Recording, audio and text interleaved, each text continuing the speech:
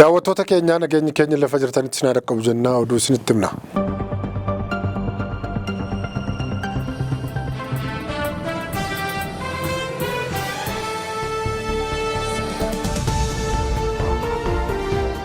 Magaalaa Finfinnee naannoo Agamsaa bakka gabaa Markaatootti to'annoon nageen wal qabatee dunkaanonni cufamuun galiin namoonni hedduun argatan addaan cituun dhaga'ame. Giddugala gabaa magaalaa Finfinnee kan ta'e Markaatootti sirni bittaa fi gurgurtaa nagahee irratti hundaa'ee hojiirra ooluu hordofee dunkaanonnii fi manneen daldalaa torban tokko oliif cufamuu isaanii hordofee sochiin daldalaa danqameera. Addis istaandardii daldalaa naannaa boombi taraa jedhamee beekamu dubbisee akka baasetti taanaan murteen suni sochii gabaa Markaatoo jeequu fi galii guyyaa isaanii gadi buusuu himeera. Namni hundi sodaa fi yaaddoo qaba. Sodaa kanaatiif ammoo dunkaanonni hedduun cufamanii argamaniiru jedheera. Namni kun daldalaan kan biraa gama isaatiin daldaltoota nagahee malee gurguran irratti adabbiin hanga qarshii 100,000 kaa'amuun namoota hedduu biratti sodaa uumuu himeera. Daldaltoonni hedduun nagaheedhaan hin gurguranii. Oomishaaleen kunneen karaa al-idileetiin sakatta'insa seeraa miliquun gara biyyaa kan galanidha jedhe daldalaan kun. Aangaan bulchiinsa yeroo naannoo Tigraay aggaammii ajjechaa irraa ooluu ibsan. Bulchaa godina giddugaleessa Tigraay kan ta'an obbo Solomoon Maashoo dilbata darbe hojiif magaalaa Aksum irraa gara magaalaa Maqaleetti osoo malaa jiranii hidhattoota eenyummaa isaanii hin beekamneen yaaliin ajjechaa irratti raawwatamuun dhaga'ameera.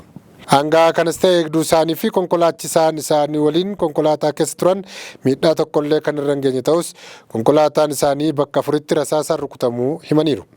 Yeroo haleellaan kun raawwatametti obbo Salamoon hojiif Aksum irraa gara Maqaleetti malaa akka turan eeruun naannoo Maayiqanaaxal jedhamu yommuu gahan naannoo Falaafil irraa gara Idaagaa Arbii jedhamutti yeroo garagallu rasaasni nutti dhukaafamee garuu lubbuun oolleerra jechuun miidiyaa naannichaaf himaniiru. Obbo Salamoon haleellaan sun erga raawwatamee booda namoonni haleellaa aangaa naannichaa irratti xiyyeeffate raawwatameera hin jiru kan jedhu uummata burjaajessan jiru jechuun garee Dr. Dabratsiyoon Gabra Mikaa'eliin durfamuun himataniiru.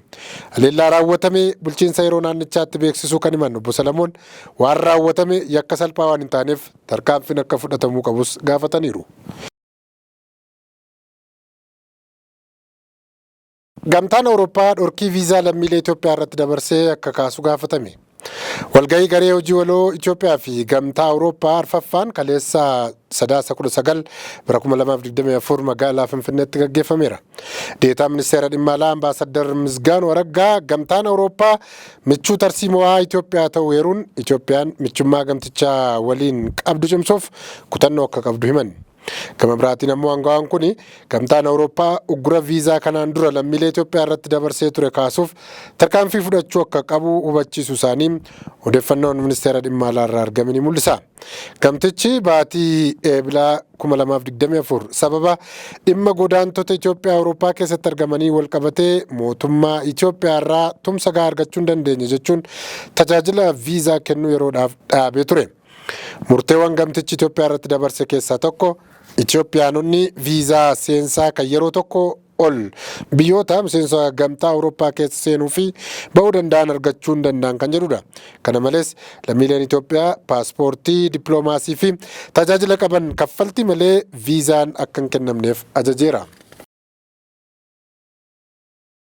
Konfedereeshinii Waldaalee Hojjettoota Itoophiyaa yeroo lammaffaaf muummicha ministeeraa Itoophiyaa gaaffii gaafachuu isaa beeksise. Konfedereeshiniin Waldaalee Hojjettoota Itoophiyaa dhimma gibiraa fi miindaa irratti kanaan dura gaafatee ture waan deebii dhabeef ammas muummicha ministeeraa gaafachuu isaa natti himeera kan jedhe FM Shaggaridha. Konfedereeshinii Waldaalee Hojjettoota Itoophiyaa ka'umsi miindaa hojjettoota biyya kanaa seeraan hagas jedhamee haa beekamu jechuun seerri akka itti ba'uuf kan gaafatu keessaa isa tokkodha. Inni kan biraan qaala'insa jireenyaa wal qabatee taaksii yookaan gibirri hojjettoota irraa citu akka hir'atuuf kan jedhudha. Konfedereeshinichi dhimmoota kana xalaatiin waajjira muummicha ministeeraa ifatti gaafatee akka ture yaadachiisee muummichi ministeeraas wayituma sana dhimmichi qoratamee akka dhiyaatu jechuun gara ministeera maallaqaatti qajeelfama kennanii akka ture beeksiseera. Ajajni kenname waggaa guutullee haga yoonaatti wanta argame hin jirreef marroo lammaffaaf irra deebi'ee Dr. Abiy Ahmediif xalayaa barreessuuf dirqameera jedhe. Ministeerri maallaqaa federaalaa waan kana irratti yaada inni kenne yoo jiraate hin dhaga'amne.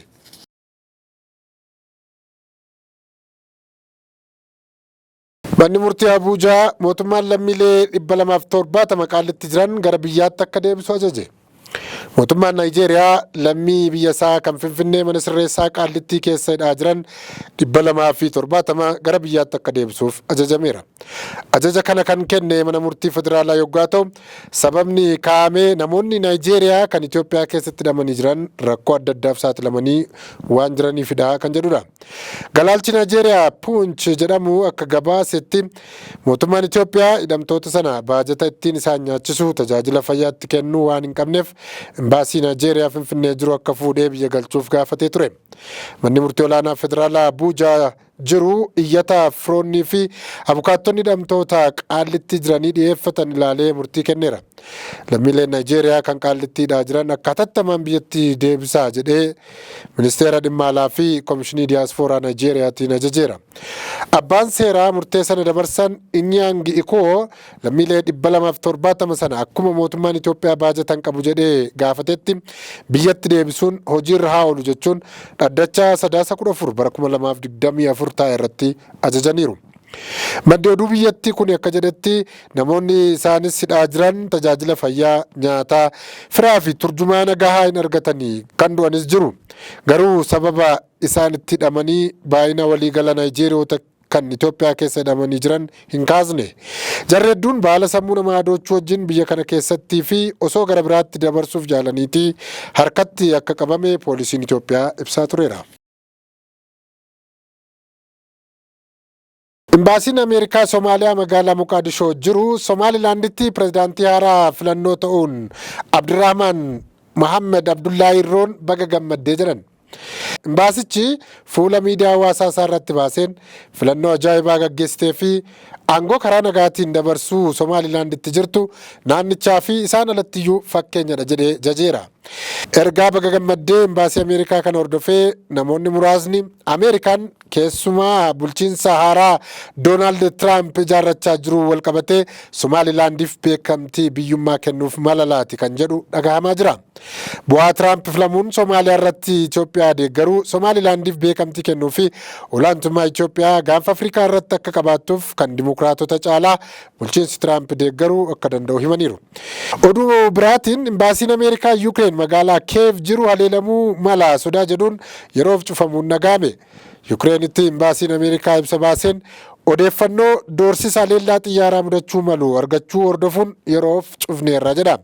Of eeggannoo cimaa taasifamuun olitti embaasichi cufaadha. Hojjettoonni embaasichaa da'oo keessa akka turan ajajamaniiru jedhe. Yeroo leellaan xiyyaaraa jiraachuun akeekkachiifamutti lammiileen Ameerikaa da'oo keessa akka turan gorsis kennameera jechuun embaasiin Ameerikaa kan Kiev jiru beeksiseera.